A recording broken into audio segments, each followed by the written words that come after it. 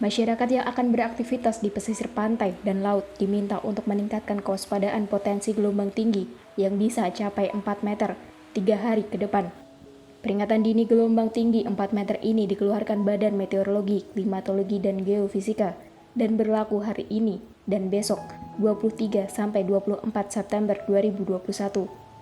Potensi gelombang sangat tinggi ini berpeluang terjadi karena adanya pengaruh dari pola angin dan kecepatan angin.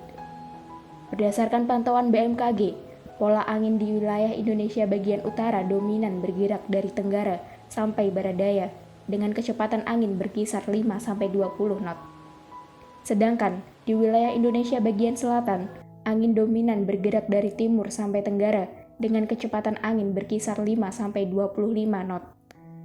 Sementara itu, kecepatan angin tertinggi terpantau di Laut Jawa, Samudra Hindia Selatan Jawa, hingga Nusa Tenggara Timur, Laut Banda, dan Laut Arafuru. Dengan adanya kondisi-kondisi tersebut, mengakibatkan peningkatan gelombang tinggi 1,25 hingga 4 meter yang berpeluang terjadi di sejumlah perairan Indonesia berikut. Gelombang tinggi 1,25 sampai 2,5 meter, kategori sedang, perairan utara Sabang, perairan barat Aceh, perairan barat Simelu, hingga Kepulauan Mentawai, perairan Enggano hingga Bengkulu, perairan barat Lampung, Samudra Hindia Barat Sumatera, Teluk Lampung bagian selatan, Laut Natuna Utara, perairan selatan Pulau Sumba, Selat Sumba, Selat Sape bagian selatan, perairan Pulau Sawu, Samudra Hindia Selatan Nusa Tenggara Timur, Laut Sawu, perairan Kupang hingga Pulau Rote, Selat Ombay, Laut Timur, Selat Karimata bagian selatan, Laut Jawa,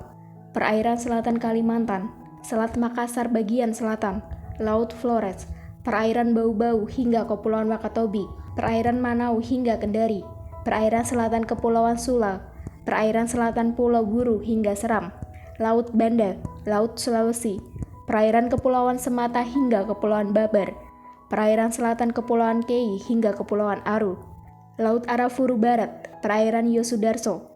gelombang tinggi 2,5 sampai 4, kategori tinggi, Selat Sunda bagian selatan, perairan selatan Banten hingga Pulau Sumbawa, Selat Bali hingga Lombok, hingga Alas bagian selatan, Samudra Hindia Selatan Banten hingga Nusa Tenggara Barat, perairan selatan Kepulauan Tanibar, Laut Arafuru bagian tengah dan timur.